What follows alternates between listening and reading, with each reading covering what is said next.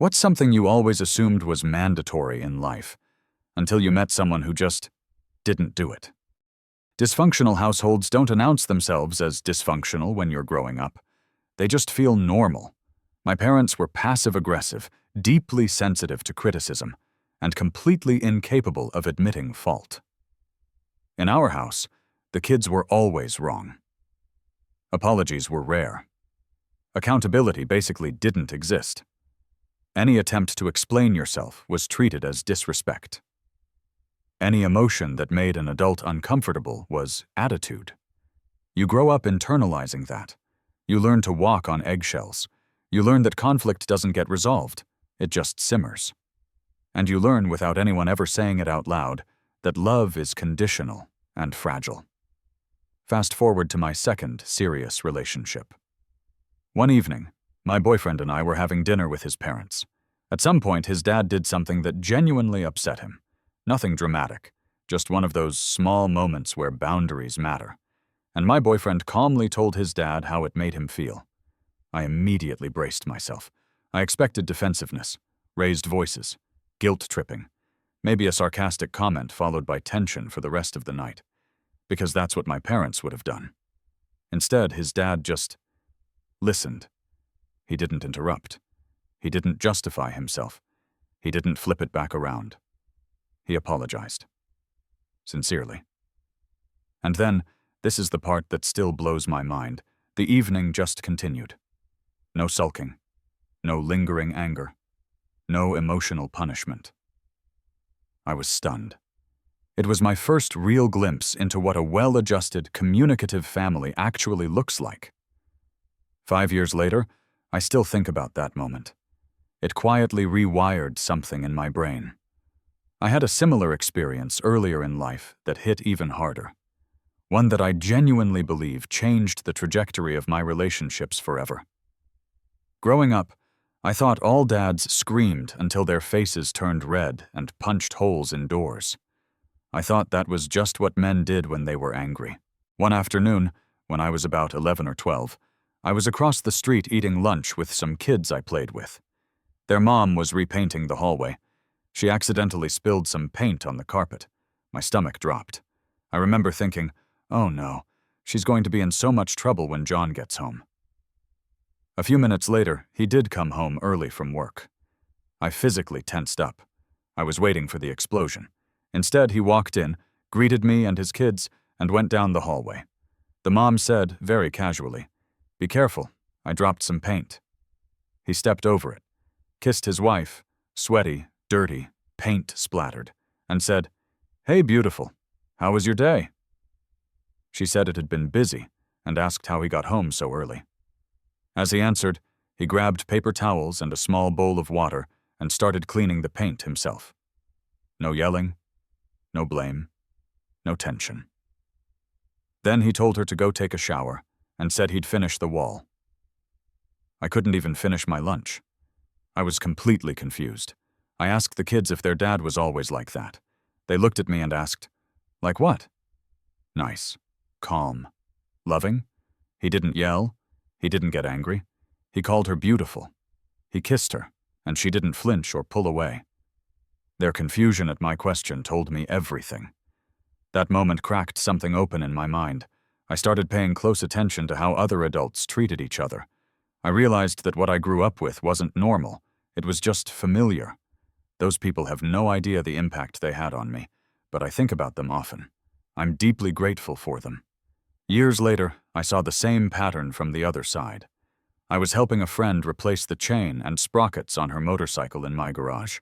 I had 3 kids at the time, ranging from toddlers to about 10 years old. 1 or 2 wandered over to help, as kids do. We all worked together, no big deal. Later, she told me she'd expected me to lose my temper, to yell at the kids for being in the way or touching tools. She was genuinely surprised that I didn't. I didn't ask, but I suspect she came from a household like mine, or had been married to someone who did. I hope she's found someone better too, because sometimes the smallest moments, an apology, a calm response, a kiss instead of a scream, quietly teach you that another kind of life is possible. My parents are Asian, both doctors, and from a very early age, my future felt pre-written. There was never an explicit family meeting where they announced my destiny, but it was always implied. Medicine wasn't just a career option, it was the default, the respectable path, the obvious one. And because both of them taught medicine at a university level, they weren't guessing. They knew exactly what was required, exactly which doors needed to be opened, and exactly how to push me through them. When the time came to choose my A-levels, the subjects that essentially determine what you can study at university, they insisted I pick all the prerequisites for medicine. Biology, chemistry, the whole package. There was very little discussion. It was framed as guidance, but it felt a lot like control. 2 weeks in, I knew something was wrong. I wasn't struggling academically. I just felt empty, disconnected, like I was living someone else's plan, and summoning the courage to admit that felt terrifying. Eventually, I went to the school administrators and asked to switch my subjects to the ones I'd need for engineering instead. They knew my parents well. They hesitated. One of them even asked very carefully, "Are you sure you want to do this? It's your choice, of course, but won't your parents be upset?" They were. My mum didn't speak to me for 2 weeks. She cried herself to sleep almost every night. The guilt was overwhelming. I felt like I'd betrayed not just her expectations, but her identity. In many ways, medicine wasn't just a job to my parents. It was a moral good, a social contribution, something inherently noble. Walking away from it felt, to them, like squandering potential. Engineering was unfamiliar territory. They didn't understand it. They couldn't mentor me through it. They couldn't steer every step. And I think that loss of control was just as upsetting as the career choice itself. Still, I stuck with it. I did well. Really well. I got strong grades, went to a top university, and eventually built a career as an engineer, working for some of the biggest household names in the automotive and aviation industries. When I graduated, my parents were cheering louder than anyone else. That moment marked more than just a degree. It was the beginning of me choosing my own path, and realizing how liberating that can be, even when it's painful. I understand, intellectually, why parents want their children to follow in their footsteps. I understand the prestige associated with medicine in many Asian cultures. Doctors are respected, trusted, visible. The average person interacts with them regularly, so the value feels tangible. But I still find it strange. I've genuinely never heard of parents being disappointed that their child wanted to be an engineer of all things.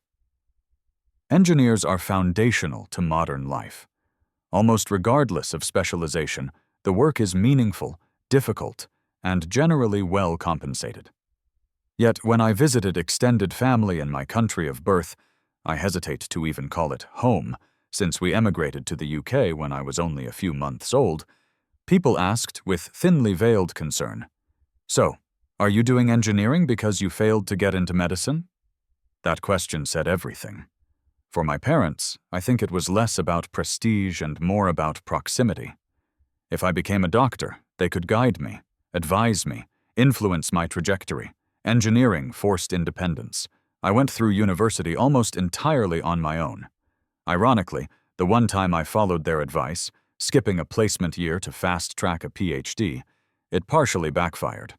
Their own engineer friends later told them I should have stuck with my original plan.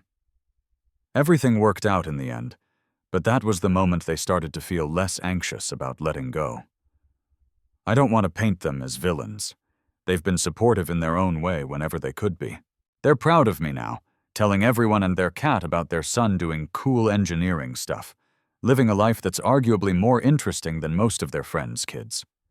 Still, the internal conflict hasn't fully gone away. Even now, I sometimes catch myself asking the same question I've been fighting for years. Do I do what I want? Or do I do what will make them happy?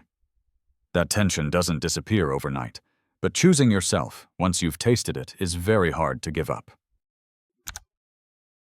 Learning how to deal with failure without emotional fallout is one of the most life-changing skills a person can acquire. I didn't grow up with it. Failure, in my world, was never neutral. It was loud. It came with shame, disappointment, lectures, and the unspoken implication that your value had just dropped. So when I failed at something truly significant, a major life milestone, my immediate reaction wasn't problem-solving. It was panic. I felt horrible, embarrassed, completely lost. I was bracing myself for the aftermath more than the failure itself. The person who helped me through it responded in a way I had never experienced before. There was no anger, no disappointment, no emotional spiral. They just said, "All right, that's tough. We're going to pivot. Here are the other options available. Here are the resources. Let's talk about what direction you want to go next." That was it. No punishment, no dwelling, no moral judgment attached to the outcome. The failure was treated like data, not a character flaw. I remember waiting for the other shoe to drop, waiting to be yelled at, waiting to be told what I should have done differently, waiting to be forced to sit in the discomfort long enough to learn my lesson. But there was no pragmatic purpose to that. So we didn't do it. We just moved on. That moment quietly rewired something in me. It changed the way I process setbacks on a very deep level. I realized that emotional punishment doesn't actually prevent failure. It just makes people terrified of trying again. Fast forward to just a few months ago. I was 6 months pregnant. I was the primary source of income for my family. And I got the call that I was being laid off. I immediately called my husband, hysterically crying. Not just because of the situation, but because somewhere deep in my nervous system, I was convinced he was going to be angry with me, disappointed, upset, which makes no logical sense. My husband has never expressed anger or disappointment toward me, ever. But I grew up in a household where your worth was measured by achievement, grades, sports, career milestones. Success meant safety. Failure meant emotional consequences. So even as an adult, I defaulted to expecting the worst from someone who only wants me to be happy and safe. His response was almost boring in its calmness. "Okay," he said. "Take today to be upset. Tomorrow, we move forward. Whatever that looks like, we'll figure it out together." That was it. To him, this wasn't a crisis of identity or value. No one was hurt. No one was in danger. Life had simply changed direction. And that simplicity still amazes me. The funny part, the part that really seals it, is that we'd been talking for months about me leaving that job. I just didn't think it was smart to job hunt while pregnant. I stayed out of fear, not alignment. Losing that job turned out to be a blessing in disguise. I now work fully remote for a much better organization, one that is openly supportive of me being a working mom, flexible, humane, and respectful of my time and energy. None of that would have happened if I had stayed stuck in the belief that failure needs to hurt in order to be meaningful. I've learned that failure doesn't require emotional devastation to be instructive. You can acknowledge disappointment without drowning in it. You can grieve briefly, then pivot. Being upset is allowed. Being stuck there is optional. And having people in your life who understand that difference, who don't attach your worth to outcomes, can fundamentally change who you become. Taking the high road. I met this girl in 6th grade, and even back then there was something about her that felt different. Not loud, not flashy, just steady. Like she already knew who she was, even at 11 years old. One day someone told her her shoes were ugly. You know the tone. Not curious, not playful, just meant to sting a little and get a reaction.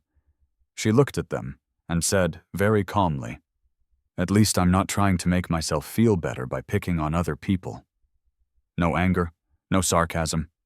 She didn't raise her voice or roll her eyes. She said it the same way you'd say, "It's cloudy today."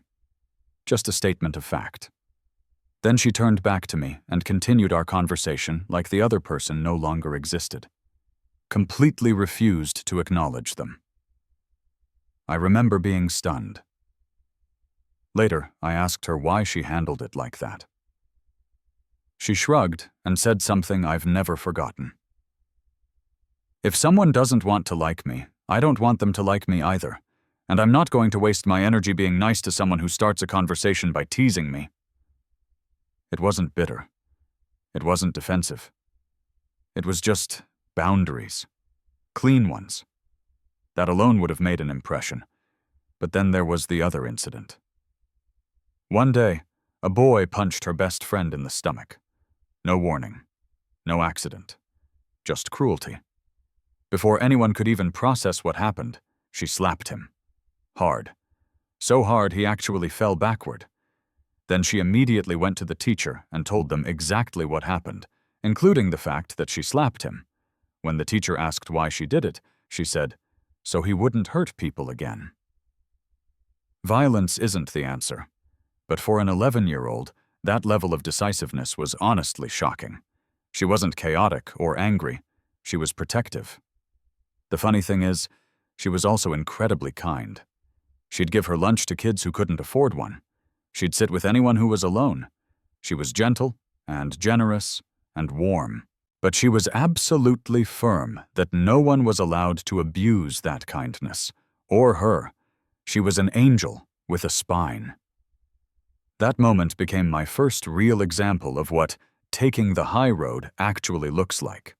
Not being passive, not being cruel, just refusing to engage in nonsense and stepping in when harm was real. Update, because a lot of people ask about her. She grew up exactly how you'd hope someone like that would. She now runs a social services safe house school for girls and young women, ages 25 and under, who are coming from abusive homes, relationships, or unstable situations. She teaches self-defense, de-escalation, how to recognize manipulation, how to negotiate safely, how to make an effective police report, and how to advocate for yourself without losing your humanity. She and her wife have 2 adopted daughters. One of them is a trans girl who spoke at an LGBTQ teen conference about standing up for yourself and being proud of who you are. My friend is thriving. She's successful, fulfilled, and exactly the kind of adult you hope exists when the world gets scary. When my own daughter was assaulted, she didn't hesitate. She connected us with a victim advocate. She spent hours at our house, calmly walking my daughter through what words juries listen for, what details matter, and how to respond if anyone tried to shame or intimidate her. I can't imagine my life without her. Looking back, it makes perfect sense. The girl who refused to be bullied, who protected her friends, who gave freely but drew hard lines, she grew into someone who does the same thing on a much larger scale. Taking the high road doesn't mean being small. Sometimes it means being unmovable. Probably already mentioned, but learning that you don't actually owe people an explanation for everything is life-changing. I used to think I did. If I needed PTO, I'd give my boss the full backstory. If I called in sick, I'd explain symptoms, timelines, recovery plans, like I was presenting a medical case. If I didn't want to attend an event, I felt like I needed a reason, a justification, something convincing enough to earn permission. Then I met a coworker who simply didn't do that. She would call in sick and say, "I won't be in today," and then hang up. No elaboration. No apology. No nervous laughter. When she declined a dinner I was hosting, she just said, "I won't make the event." That was it, and it was completely fine. I wasn't offended. I didn't feel slighted. The world did not end. But it absolutely blew my mind. I remember thinking, wait, we can just do that? Later on, I had a boss who quietly reinforced this lesson in the best possible way. The first time I called in sick under her, I started to explain myself, why I couldn't come in, how bad I felt, what I thought it might be. She cut me off mid-sentence and said very calmly, "Just tell me you won't be in today. That's all you need to tell me, and that's all you need to tell anyone." I still think about that.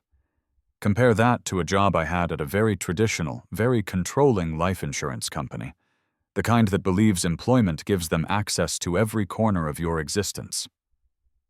One day, I left work early because, as an adult professional, I felt unwell and decided I needed rest. The next day, when I submitted my sick time, I was required to provide a reason for my absence. So I wrote, "Not feeling well." They rejected it. Apparently, that wasn't acceptable detail. I was genuinely stunned. You want details? All right. I resubmitted the request with explosive diarrhea. Funny how that suddenly met the requirements. No follow-up questions, no feedback, no further requests for clarification. I also once worked with a guy who, every time he called in, would cheerfully announce that he was shitting all over the place. We didn't even need to give reasons. He just thought it was funny. And honestly, it was. Then there's my personal favorite. A friend's ex had a colleague who called in sick for a night shift. You could clearly hear bar noise in the background, music, voices, the whole vibe. The supervisor asked why he was calling in.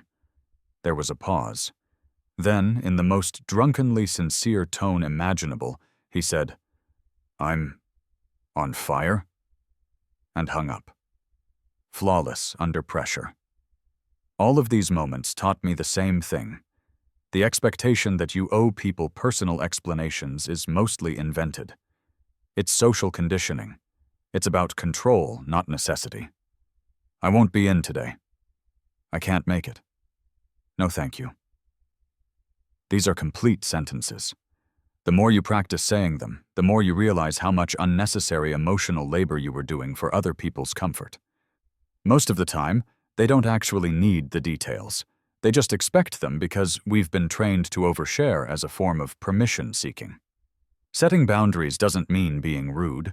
It just means deciding that your time, energy, and privacy aren't up for negotiation by default. And once you realize that, you never go back. A wedding. Or not. One of the biggest realizations of my adult life was understanding that a wedding is optional. Not marriage, the wedding. You can have a loving, committed partnership. You can have the joint tax return, the legal protections, the shared life. All of that exists completely independently from a big white dress, a seating chart, and a DJ who costs more than your first car. And the choice isn't $50,000 fairy tale extravaganza versus sad fluorescent courthouse on a Tuesday morning. There's a whole universe in between that no one really talks about. Your officiant doesn't have to be religious. It doesn't have to be a stranger. Your friend can become a county clerk designee. You can get married in a park, a living room, a backyard, or literally anywhere you want, as long as you've got one officiant and 2 witnesses over 18. That's it. That's the list. Pictures were important to me, so we took them. Not even on the same day. Because why would that be illegal? And once I realized that, everything else kind of fell apart in the best way. You don't have to do any of the traditional or expected things. None of them are mandatory. You can pick exactly what matters to you and leave the rest behind like an unwanted side dish. Cake but no guests? Completely allowed. Pictures but no party? Go for it. A small dinner with supportive family but absolutely no toxic relatives who ruin your nervous system? Encouraged, actually. You want vows but no dancing? Dancing but no vows? A dress you wear once or something you'll re-wear forever? All valid. There are no wedding police. No one is coming to arrest you for skipping the bouquet toss. What really made it easy for me to let go of all the mandatory traditions was realizing how much money is tied up in them. Entire industries exist solely to convince us that these things are necessary, sacred, and non-negotiable. Tradition is just the camouflage. They drip-feed the culture the idea that love must be proven through spending. If the diamond isn't big enough, if the venue isn't impressive enough, if the ceremony isn't elaborate enough, well, what does that say about how much you love your partner? It's a psyop. They keep adding new must-haves every few years, too. Things your parents never needed, but now you're made to feel guilty for skipping. And it works, because no one wants to feel like they're failing at love. But love isn't a production. Commitment isn't a performance. And marriage is not a consumer experience. Once you realize that, the pressure just dissolves. You get to build something that actually fits your life instead of staging a very expensive day for other people's expectations. And honestly, that freedom feels way more romantic than any centerpiece ever could. Pay attention to facts. Actual facts. Reality, even. One of the rudest awakenings of adulthood is realizing that a disturbing number of people genuinely do not care whether what they believe is true. Not in a "we disagree on interpretation" way. In a very literal, "I don't care what the evidence says, I've already decided" way. Growing up, I honestly thought beliefs worked like this. You observe something, you think about it, you gather reasons, and then you land on a position. You might be wrong, sure, but at least there was a chain of reasoning holding the whole thing together. Nope. Turns out a lot of people just vibe their way into convictions. They believe things because they feel right, or because someone they trust said them confidently, or because it flatters their identity, or because changing their mind would be uncomfortable. And if you point out that the thing they believe is factually incorrect, they'll shrug and say some version of, "Well, that's just what I believe." As if belief is some kind of magical force field against reality. There is a shocking number of adults who sincerely think opinions cannot be wrong because they are opinions. As if calling something an opinion turns it into a sacred object, immune from scrutiny. Gravity doesn't care about your opinion. Germs don't care about your opinion. Math, history, physics, and basic cause and effect are famously uninterested in your personal truth. I once took a college logic and rhetoric class that accidentally revealed just how bad this problem is. We were given a simple assignment. Student 1 posts a short paragraph containing verifiable facts about a topic. Student 2 responds with opinions. Student 3 and onward identify which statements were factual and which were opinion. In theory, this should have been easy. Embarrassingly easy. In practice, it was a mess. People confidently labeled opinions as facts because they agreed with them. They dismissed documented facts as just someone's perspective. Some even argued that whether something was true depended on how strongly the writer felt about it. The professor didn't even need to comment. The exercise collapsed under its own weight. That's when it really clicked for me. A lot of people are not confused. They're just uninterested. Truth is optional. Consistency is optional. Accountability is optional. The only non-negotiable thing is not feeling challenged.